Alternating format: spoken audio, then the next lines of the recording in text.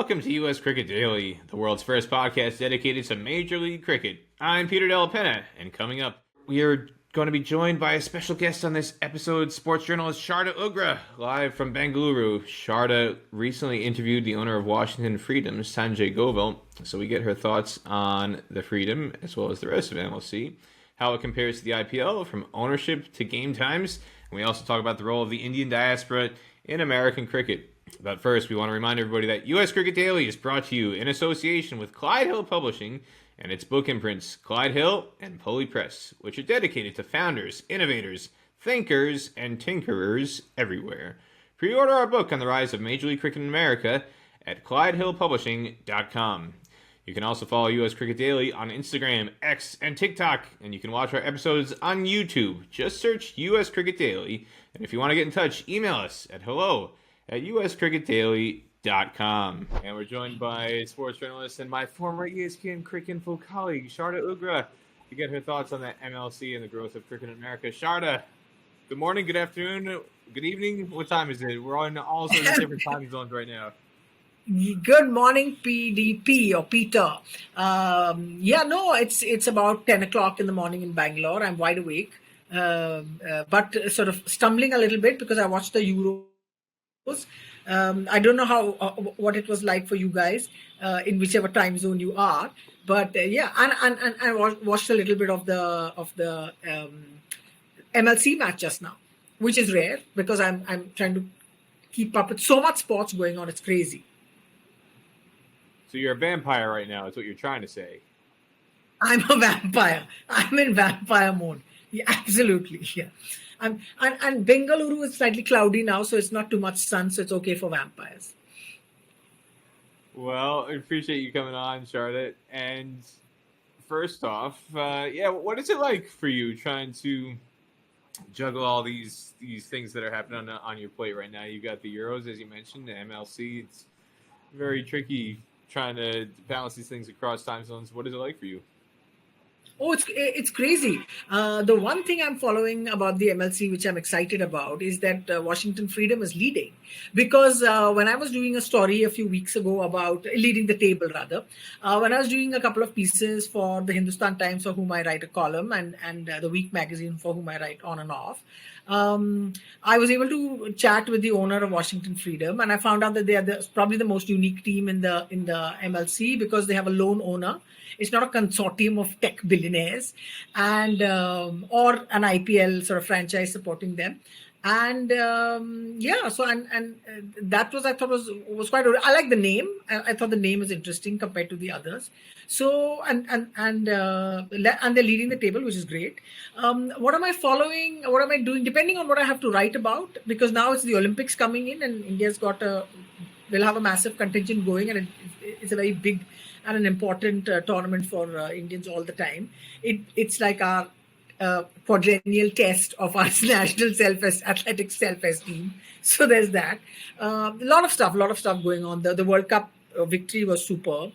I followed the World Cup largely through the matches and your social media feed, as you know. So I know exactly what's happening, PDP, in the US behind the scenes.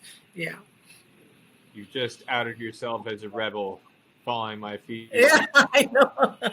Yeah, exactly. And I love that T-shirt. Score 4. Yeah, I thought it was brilliant. Whoever's idea was superb. Yeah. I loved it. Yeah. The brainchild of PJ Goodall's. Yeah, it was a very popular one down in Texas in particular. So you mentioned Sanjay Govil, who is the owner of the Washington Freedom. You know, I need to have a word with Sanjay. He needs to get Martina McBride on board. There's a famous song of hers, Independence Day, and there's a lyric in there, "Let freedom ring," and that's what's happening right now. The freedom are ringing in the big leagues, left, right, and center. You should. You absolutely should. So I said, why have you named the team with why I try to reach so many people in US cricket. I'm putting it out there because this is the time for us. This is how we take revenge, Peter. So, but he's the guy who responded and he said, it's fine, don't worry. And it was like 6 emails to this one and 8 emails to that one and nothing, because I'm not like sort of I don't represent a large Well, no, institution. Sharda, I gotta interrupt you for a second there because you're saying, "Oh, I don't represent a large whatever," and it doesn't matter who you represent. That's the nature of things in U.S. cricket. By and large, no matter who you are, you could be a big fish, little fish. It doesn't matter. You reach out to somebody in U.S. cricket, and 9 times out of 10, they just don't respond. They have no interest. They do not reciprocate. It's a No, very it's very arduous strange task just getting because somebody to care enough to actually respond and actually uh, just make it a two-way street. So that's half the true. battle in U.S. cricket. Exactly. No, I mean, I didn't know this because last year, no, I think it was last year or it's like early last year, March maybe 23. I reached out to MLC to find out because all these leagues were starting one after the other. And I wanted to do a column saying that, the earthquake is coming and cricket is going to be changed and dramatically overturned. And I got a reply like this, and the MLC guys, that is. And I got a very good interview. I was able to chat, find out various things, all the rest. And they didn't tell me some important secrets or anything like that, but just information about what was happening. So this year it was tough because I suppose there was matches that were happening in the US. But Sanjay Govil was super. And he just gave me a lot of time and he chatted about it. And he said, we've named the team Freedom because it sort of stands for something that everyone tries to do. Free yourself of the shackles of, whatever's holding you back, what you want to achieve. I thought it was a great name. So yeah, and the song about the Independence Day song, the Martina McBride song, is a superb idea. We must, but I'll send it across to him on his email and say that a friend suggested this, whom you know, and you were saying big fish, small fish. PDP, we are pond scum. Don't you recognize? That's why they don't respond. We are pond scum. Yeah. That's being generous. I'm just mere plankton, just Yeah. floating along and waiting to be gobbled up. So, what stands out to you most about MLC, whether last year when it first got underway or this year kind of dovetailing off the back of the T20 World Cup? What's the standout element for you that makes it such a unique league amongst the rest of the T20 landscape? I can't really compare it to sort of say I haven't really figured out the internal maybe I have actually. I think what's interesting about the MLC, the idea that I'm hearing is that it's the franchises that run the MLC. It's not the cricket board that runs the MLC, which is what happens in Australia, in India, in England, and so on. So I find that interesting. I don't know how it's going to play out.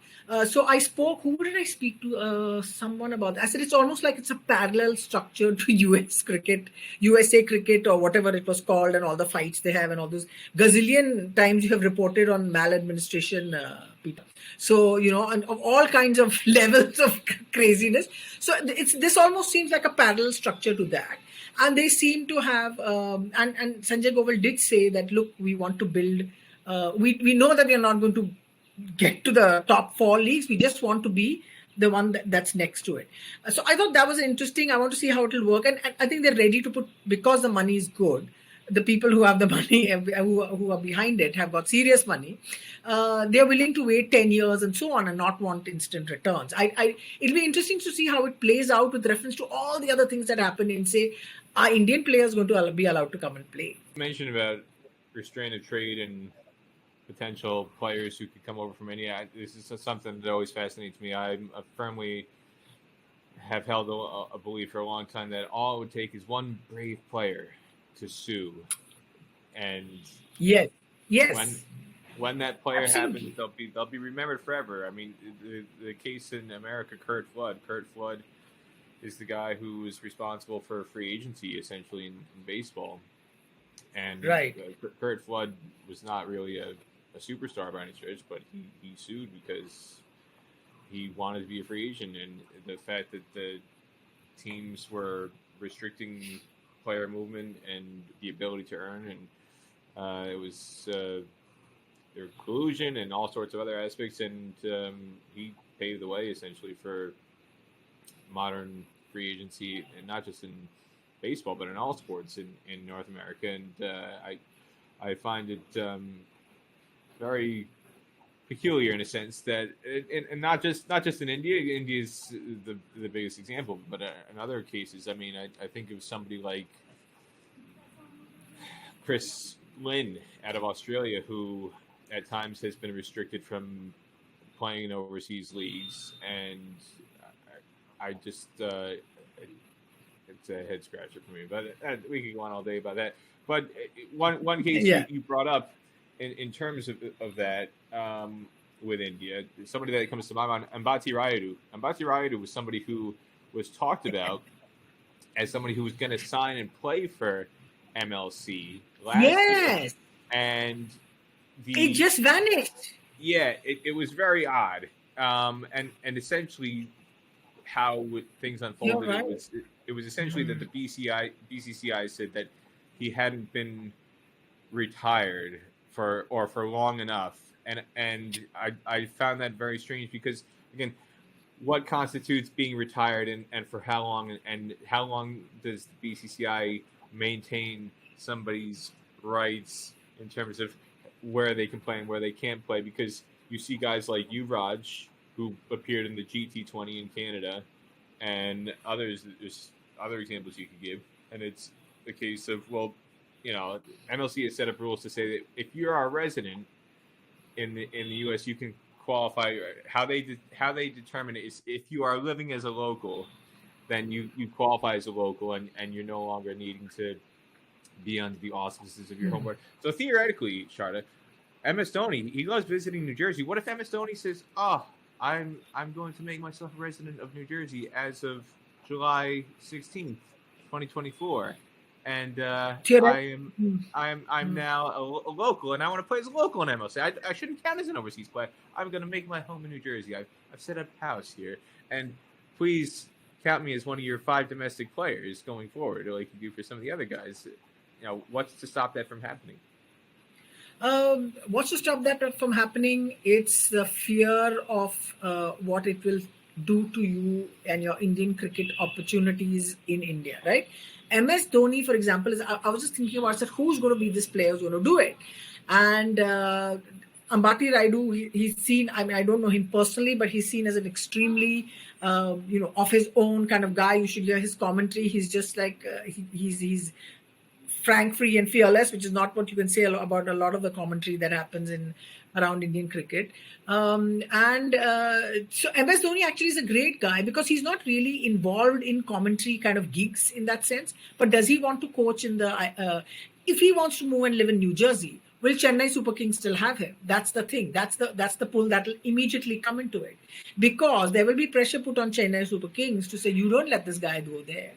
Because if he goes, everybody goes. And it's not like he has to give us his passport or anything like that. He just has to stay. He just has to become a non-resident Indian, or do the same in Dubai. So the fear that you're going to get out of the golden cage, that is the Indian cricket ecosystem, that's what stops people from doing it. And Yuvraj and all that, they are playing in these Legends Leagues, which is they're sort of for senior players, and Champions Leagues and all the other stuff. So it's not really, and it's T10 cricket, it's not T20.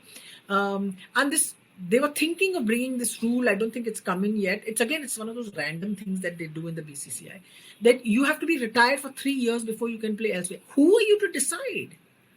I have retired from the game. I have surrendered my rights for whatever it is. How can you say that I should be there for 3 years? All my lawyer friends, they're sitting and laughing and saying, please, someone come and give me this case. We'll win it eyes closed, It would be a slam dunk case. I mean, absolutely. The plaintiff, if the player is a plaintiff, the defendant would be laughed out of court, not just in India, in the U.S. or anywhere else. It just is a case of somebody being bold enough to make it happen. One day, Sharda. One day, yes. We will celebrate that. Yeah. Ticker tape parade. What do you think in general? You mentioned Sanjay Govil as the owner of Washington. In general, whether it's him or going beyond him to some of the other involvement that is with MLC representation, ownership, and otherwise, what do you think of the role of the Indian diaspora in terms of how they're being used as a vehicle to help promote and support cricket in America, and to what degree do they need to be involved to make things happen, or do you think there will become a point where they won't need to be leaned on as much to kind of advance things in American cricket, whether it's MLC or otherwise? I mean, we saw it with the T20 World Cup, for example, and obviously it's a big factor in MLC. The Indian diaspora is a huge factor in getting this push to of cricket to America, because of the fact that a lot of them are the wealthy techies who live on the West Coast. It's that, and then these pockets where they live, and cricket is what they sort of play naturally all the time. I didn't know there were like many thousand or there are thousands of playing fields where you can actually go and play cricket. I didn't know that. A couple of my friends have moved to the US, and they said, yeah, our son goes and plays. So there are these weekend leagues that they have. So the diaspora is a big factor, not just because of the fact that they represent this mad cricket mad population, but also because they have large at the top of the tree. A lot of them have very serious money, and that's what's made the MLC what it is, in the sense that they've got all these guys to come together. There is a little bit of I know that there are clash between them and the old West Indian Caribbean communities that have played cricket for longer in the US, but money talks. That's the thing. The other aspect of moving cricket to the United States, I think, has to be with the Olympics that's coming in. I didn't know, and Sanjay told me this. He said that we want our sport to be known. We want cricket to be known in America. It's not a mainstream sport. It's not the top four leagues, but we want people to know that not everybody has to play it. There has to be a sizable population that plays it for people to know that it's there, it exists. He said, like rugby and lacrosse. And I said, lacrosse? He said, yes. And then I realized lacrosse is going to the Olympic Games. So I was like, lacrosse has done it and cricket cannot do it. This is insane. So that's the push. The Olympics push is, of course, about a whole other business of making sure that revenues the Olympics go down to smaller countries. All the other countries where cricket is played, 100 or whatever countries that there are. So this is part. The MLC, I think, is part of this. The T20 World Cup was just the icing. So the MLC is the cake, and then the Olympics are the other sort of big step that's there. That's the way I see it. I could be completely wrong here. But I think they want it to be the aim is to get the South Asian community to have the numbers to fill the stadium, and we can fill stadiums, and then see the noise and the buzz and so on around it. And apparently the Grand Prairie is a very lovely stadium that's there. And I because I was doing this article, I spoke to this journalist in Dallas who wrote a great piece about it, and he said he called it the biggest experiment in pro sport in America, or something like a really dramatic headline. And he said that the MLC is a hermit crab of sports leagues, because they just fitted into this air hog stadium, and they kind of made themselves work in that way. And he had a lot of interesting points to talk about as well. And I'll just tell you his name in a second. It's in my book. So you can see what they're trying to do. I think they have the resources to do it, in the sense that they have the money to do it and be able to carry it through. And I find the minor league cricket experiment quite interesting, that they have these other matches that are taking place, that they get people to come in and play in the minor league cricket at their grounds and so on, and say, look, let's not make the perfect cricket field the dream of it, the factor before you spread the sport. So let's do it in the other way. And because cricket is played in so many kind of venues, ground surfaces, now 2020 can be played, that you're changing the sort of dynamic of what you need to actually stage a cricket game. So I'm a big fan of this app called Crick Heroes, which basically is a scoring app for any average recreational match.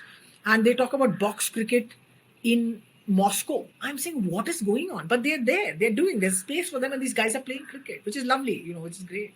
So the way I see it is this, but you need the South Asian diaspora to get people to those games to start with. Maybe get their friends along as well who don't know what cricket is, have a big show, kind of a thing.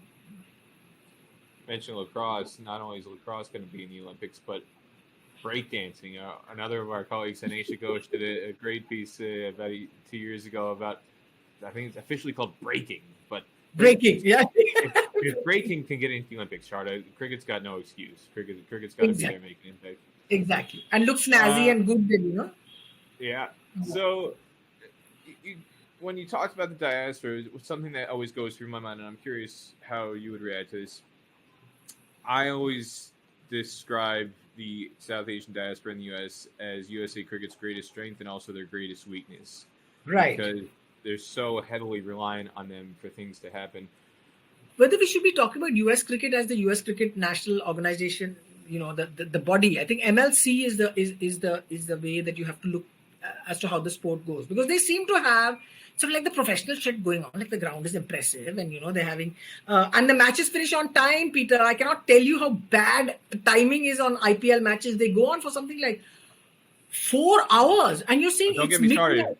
When I used to do ball-by-ball commentary, I would absolutely resist getting IPL assignments because they would just go on and on and on and on. And I think that's one of the great innovations with MLC. They've got the timer in there. The whole thing. Exactly. My two favorite leagues are MLC and the 100, because the 100 is also very strict on their timings. They don't mess around with that, and MLC does a great job with that too. You cannot get me going to work on a ball-by-ball for an IPL game because it's just interminable. The time really.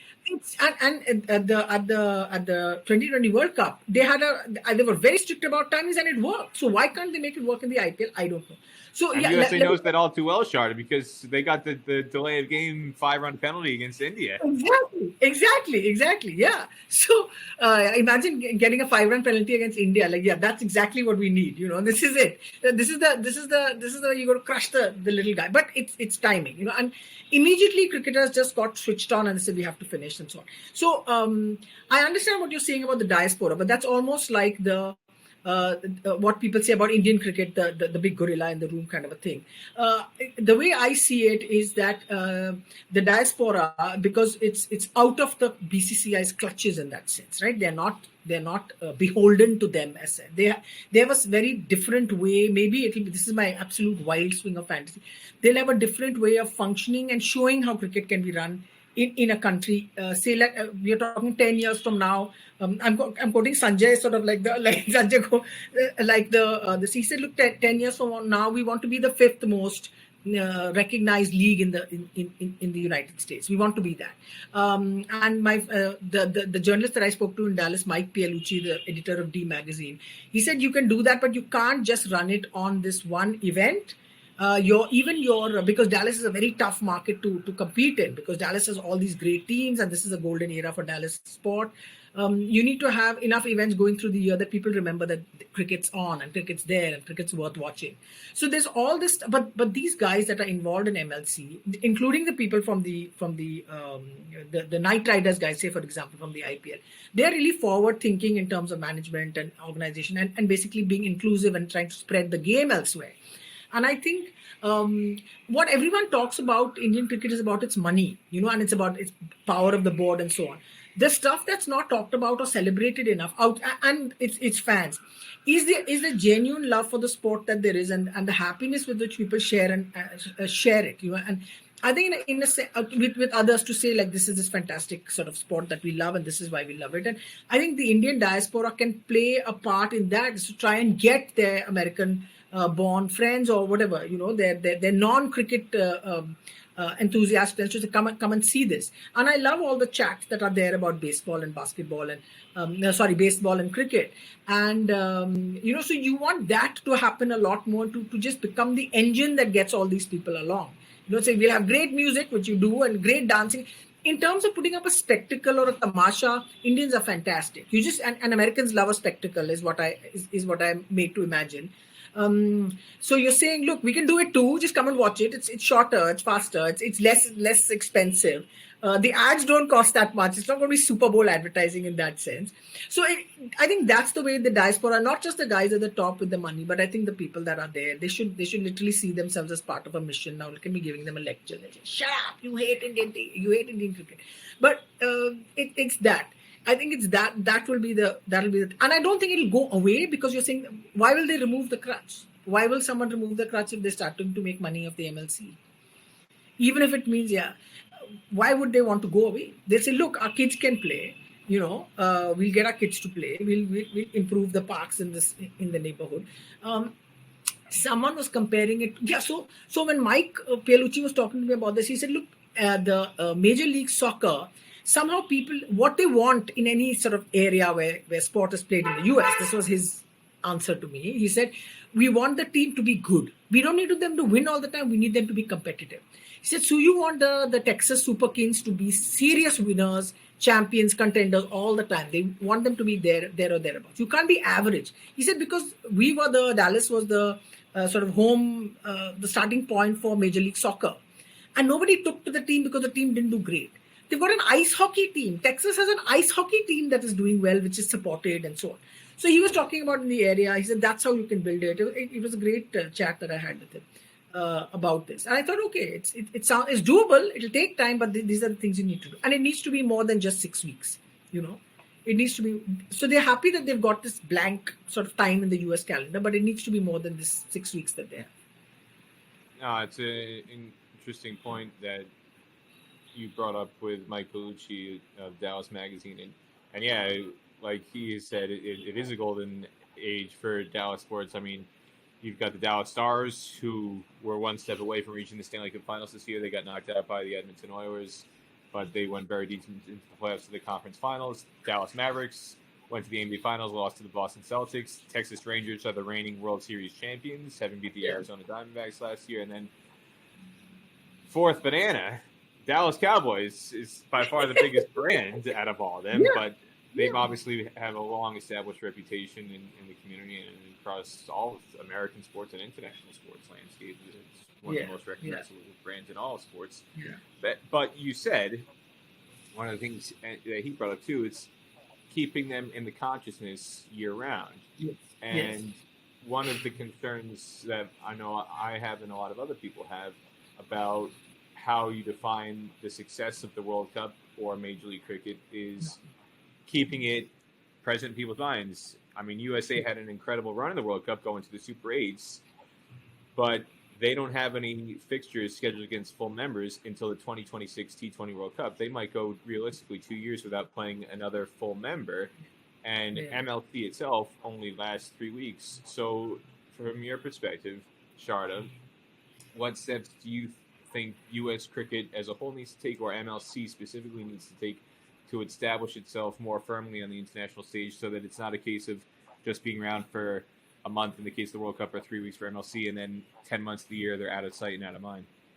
Yeah, so it's just you need to have sort of almost like a calendar.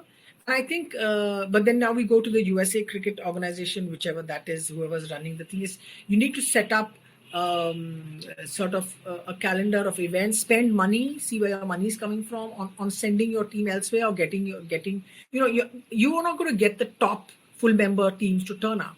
So why don't you just try the next rung below that? Why don't you be competing? Why don't you say, listen, why can't we play in the West Indies? I mean, this sounds horrendous.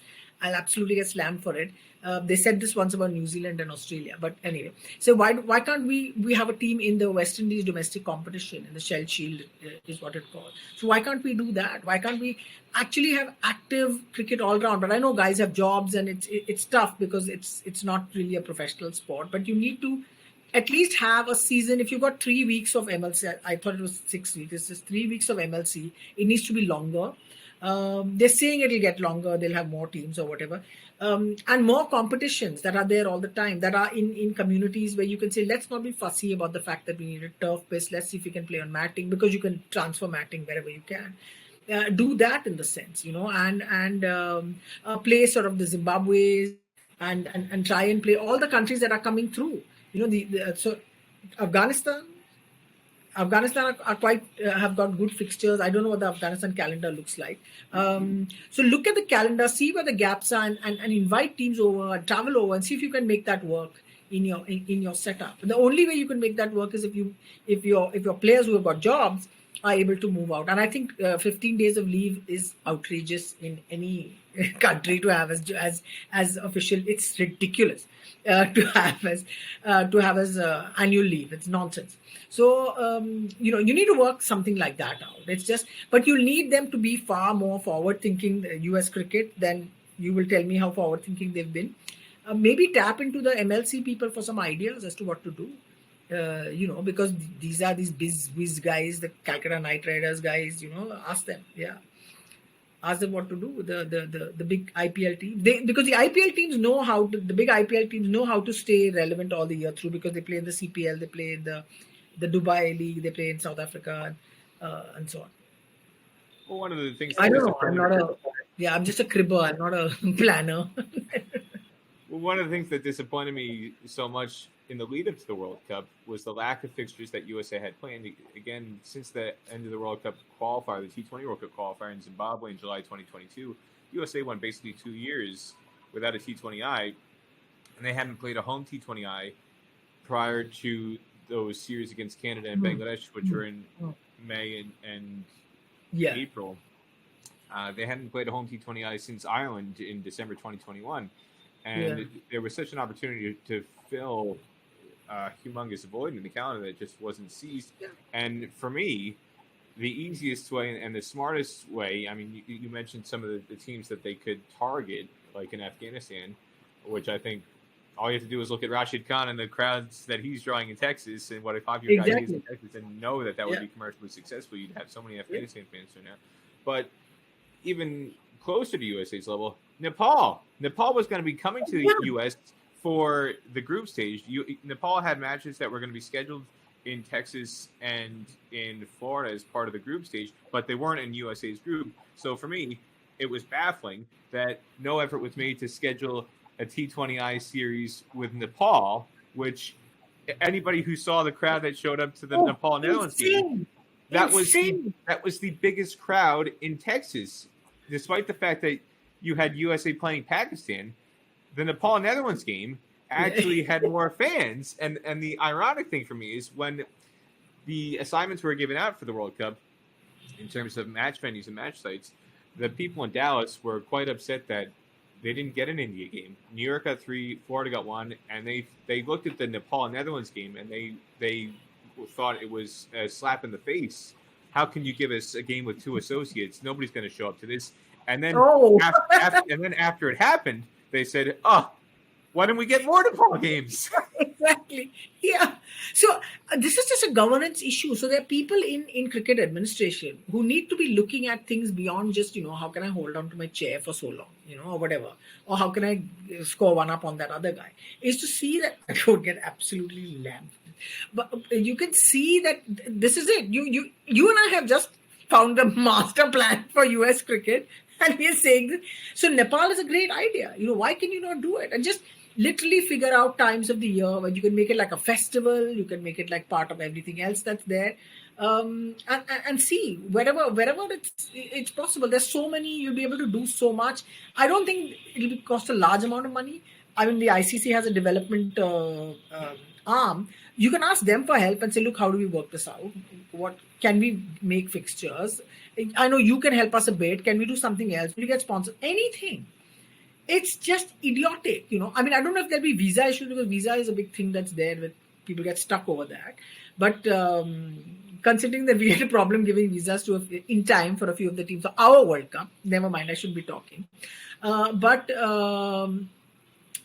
it's that kind of an idea, it's just brilliant. So why not? And you need to have your national team playing enough to be seen, for them to be seen playing enough. They have these qualifiers here, there, and everywhere, which is fine. But your fans need to be able to see the team play. And the Nepal thing sounds like a superb idea. And just look at it. It was just insane. It was insane when I saw the crowd and the big vibe and everything that was there. But in the Dallas community, I mean, all you have to do is drive around and there's a Nepalese restaurant on every street corner. I mean, there's all sorts of evidence there that they've got a sizable contingent in Dallas specifically, and they obviously showed up. And huge numbers. They are Biggest also numbers. the South Asian diaspora. We have forgotten. They are also the South Asian diaspora. Nepal. Yeah, they are They part of the count. South They're Asian. part of it. Yeah, don't forget them. Exactly. Yeah. So, anything else you want to say about what MLC or U.S. cricket as a whole should ideally be targeting as next steps going forward over the next 5 years or so to really make sure that they are able to sustain the momentum from the World Cup and not let it slip away? I think that will be the MLC's sort of big job on hand. I think they have to expand in a way because I think they understand that they have the power to make the decisions. U.S. cricket has its own whatever internal ructions. So the MLC can actually become the almost a template for how professionally leagues should be run in cricket, and not in the random way that they are being run in some parts of the world. So I would like there to be a little bit more buzz about the minor league cricket, and they need to publicize that because the matches that they're doing there, it's good work that it's happening. They've had this plan that's run for about 5 years now of getting people to come and stay and play for the US.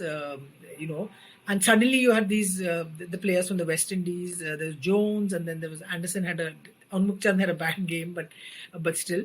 And the local rule is also, it's quite brilliant. It's a great thing. It's a good magnet. Thank you, PDB, for pointing it out that as to what MS Dhoni's next steps can be. So we're both being a bit wicked. I'd be interested in seeing what they do. I'll be following them because of the fact that it's a very different type of a league to what we normally have. My suggestions are not sort of, like I said, I'm a cribber, not a planner. So that it's a very interesting experiment. And like I said in that piece that the earthquake is coming. I think that international cricket is going to considerably change, say, over the next 10 years or so, going into Los Angeles 31.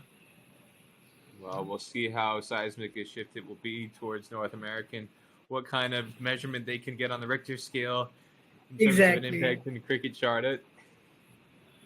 Yeah, really. Yeah. So the rumbling, I've been sensing the rumbling because of the fact that other boards will have to free up their players far more easily than just us, than the Indian board. That's what I want to see. And this 3-year rule sounds like slavery to me. I'm sorry. 3 years since you retire. They haven't made it yet. It was a plan. It was just put out into the public that you can only play elsewhere after 3 years after your retirement. Well, if you remember, just quick final point here, but the Raidu point is very interesting because he had announced that he's going to play. You remember he put it out on social media, and then he said, "Okay, I'm not." Like, why? Well, and the 3-year thing you mentioned. I mean, going back to the start of the IPL, when guys like Gilchrist were retiring from international cricket and going to play for Deccan Chargers and Icons. Other guys in a similar boat, Matthew Hayden and whatnot, from memory, that was the original rule that was proposed by Cricket Australia and other boards. It wasn't just the BCCI. It was, if you want to go play franchise cricket, you have to be retired for 3 years.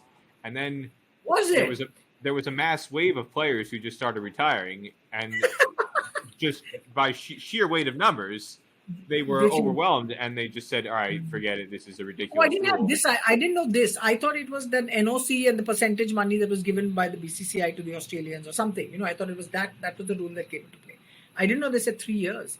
So it's an Australian idea. No, because they were afraid that what would happen, you would get guys, whether it's a Faf du Plessis or Gilchrist or anybody else in between in the last 15 years, that these guys would start retiring en masse, and it would start to mirror club football in a sense where guys would retire from international football at age 34, 35, and they would continue on in the club circuit for another 6, 7, 8 years.